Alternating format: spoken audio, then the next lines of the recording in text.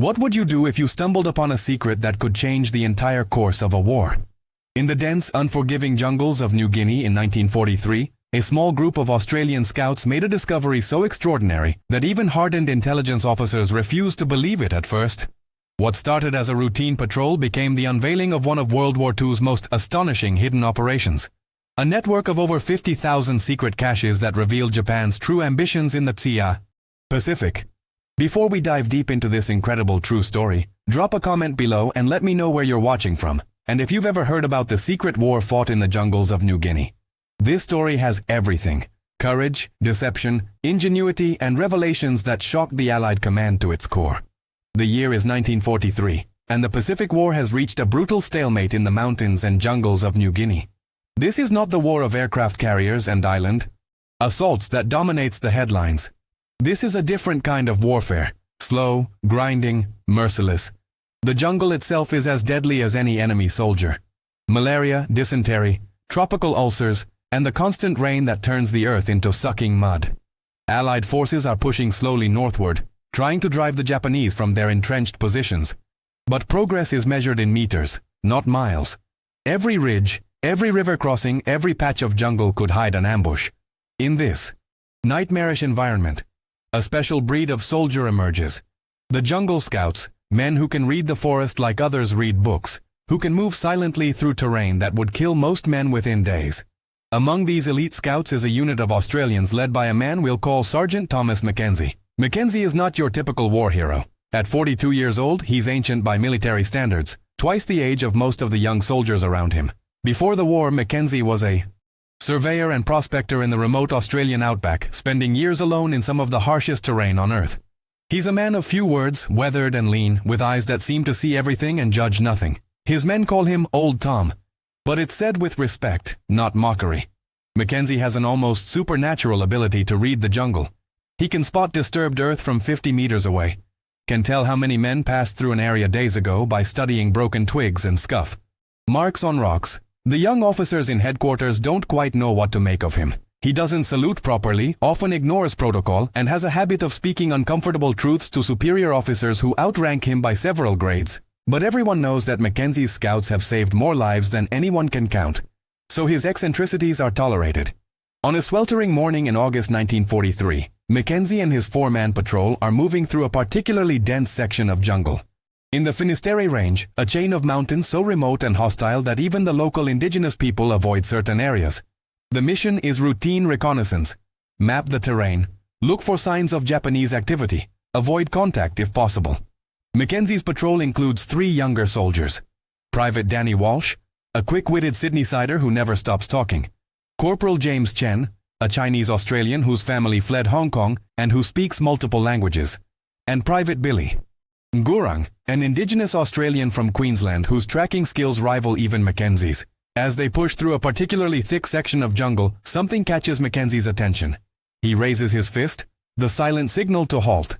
The patrol freezes.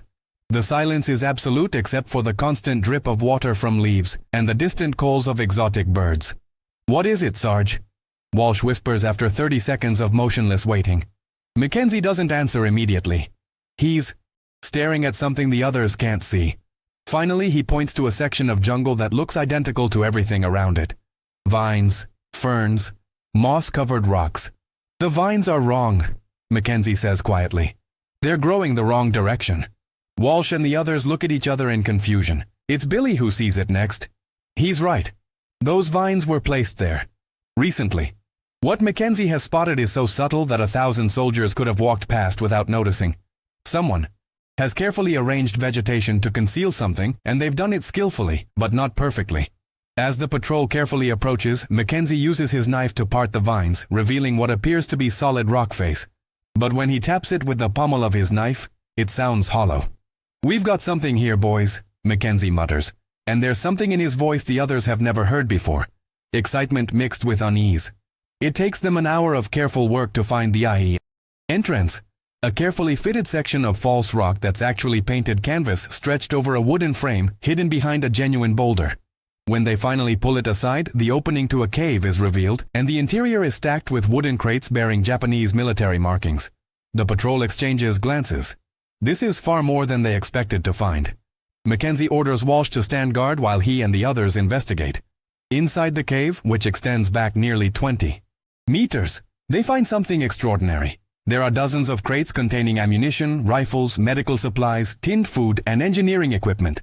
But what catches McKenzie's attention are the smaller, heavier boxes near the back. Chen helps him pry one open, and when they see the contents, there's a collective intake of breath. Gold bars, dozens of them. And beneath them, wrapped in oilcloth, are documents covered in Japanese characters and detailed maps. McKenzie's hands are actually shaking slightly as he examines the maps. This isn't just a supply dump, he says quietly. This is part of something much bigger. The patrol carefully documents everything they've found, taking photographs with the small camera McKenzie always carries. As they work, a question gnaws at McKenzie's mind. If the Japanese went to this much trouble to hide this cache, and if it's this well stocked, how many others might there be? When they finally radio in their discovery to headquarters, the response is initially skeptical. A captain named Worthington, an upper-class British officer on loan to Australian command, comes on the radio with barely concealed condescension. "Sergeant McKenzie, are you quite certain you haven't simply found a small abandoned supply depot? The Japanese frequently leave behind materials when retreating." McKenzie's jaw tightens.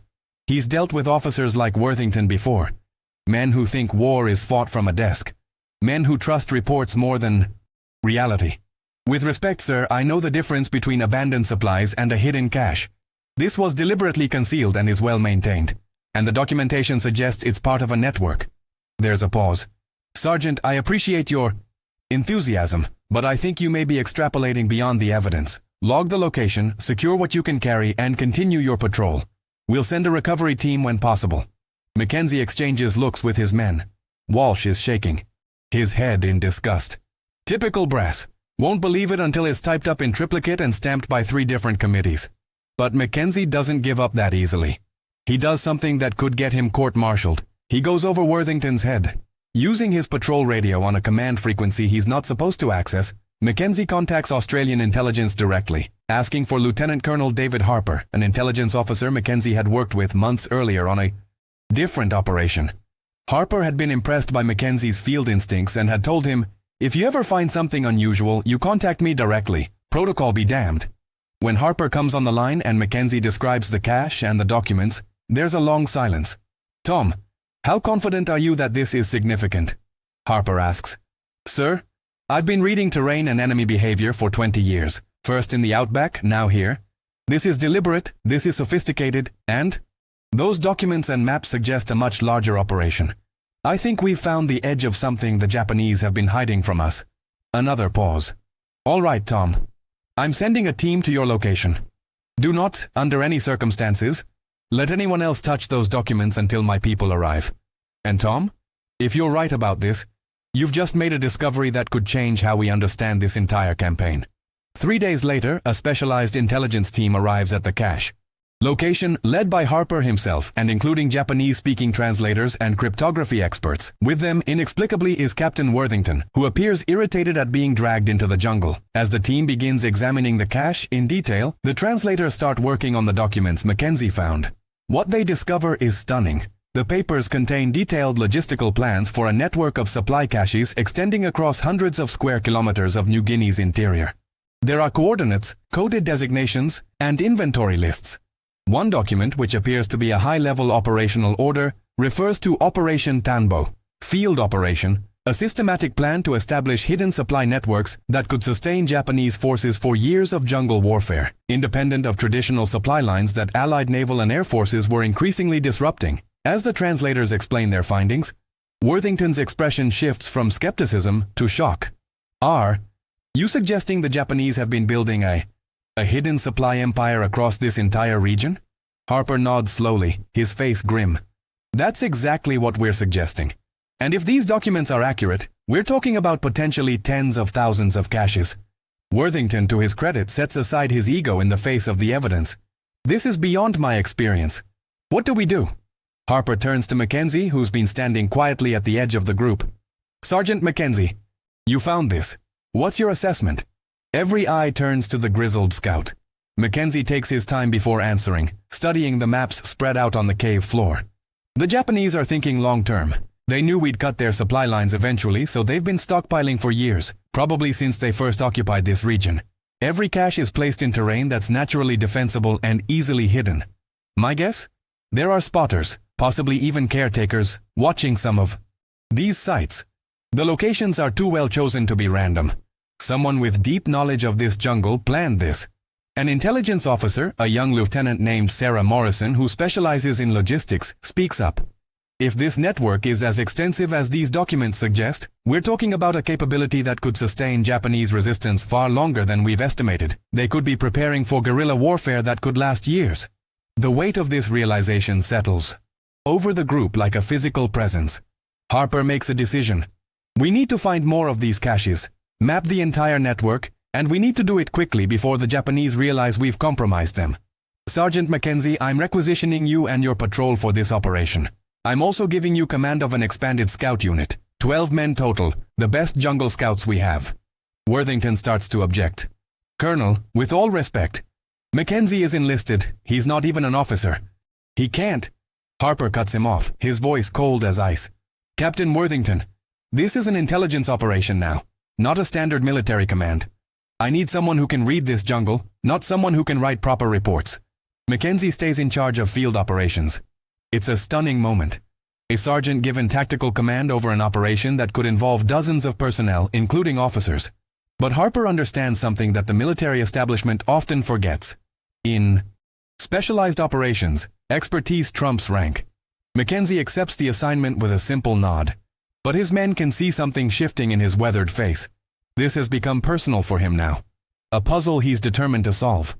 Over the following weeks, McKenzie's expanded team, working with intelligence analysts and using the captured documents as a guide, begins systematically searching for more caches.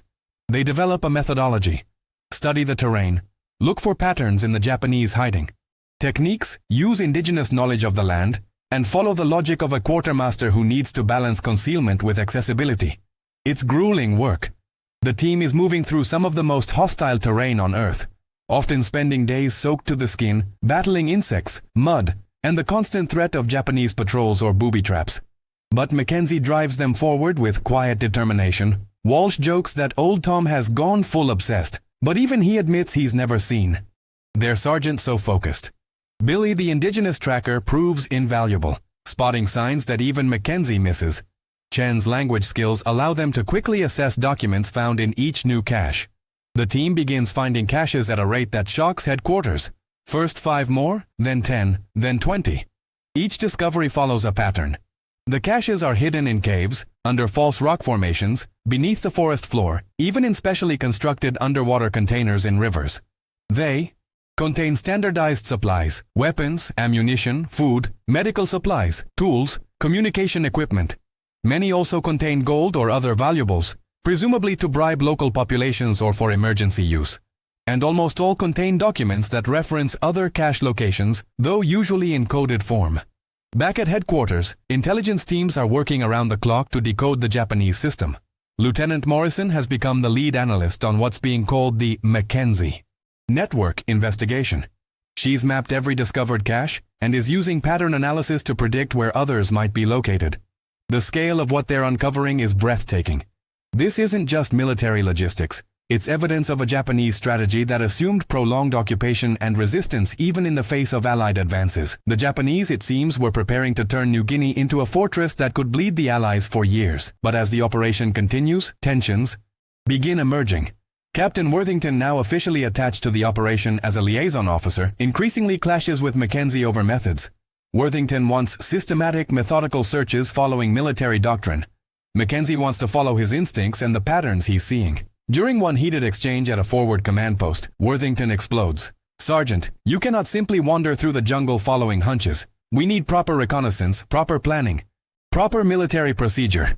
McKenzie, exhausted and mud-covered after 3 weeks in the field with minimal rest, finally loses his characteristic calm.